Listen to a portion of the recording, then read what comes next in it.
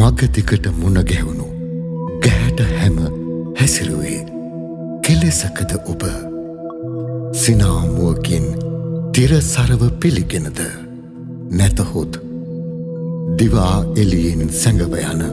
බියසුළු ආත්මයක් සහිතව බීතියෙන් උමතුවද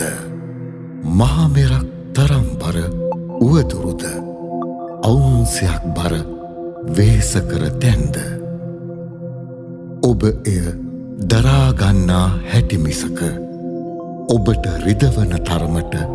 ගිනිය නොහැකි තරමට ශුද්‍රද දිවිපෙත හමුවේ මුහුණ දෙන අයුරු නොවේද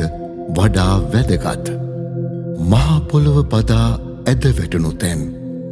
එයයි නුඹගේ උත්කර්ෂවත් මොහොත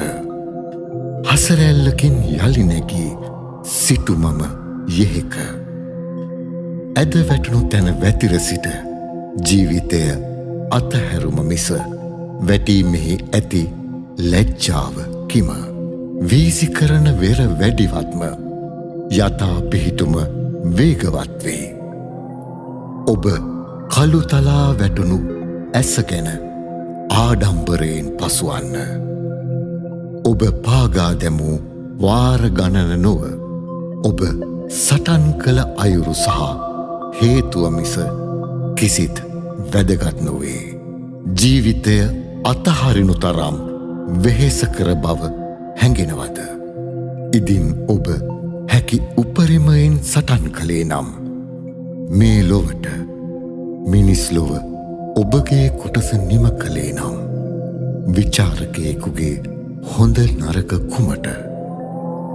මරණය අලස බඩගෑමකින් හෝ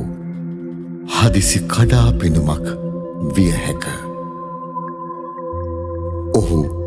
මන්දගාමී වුවද අධිවේගීයව පැමිණියද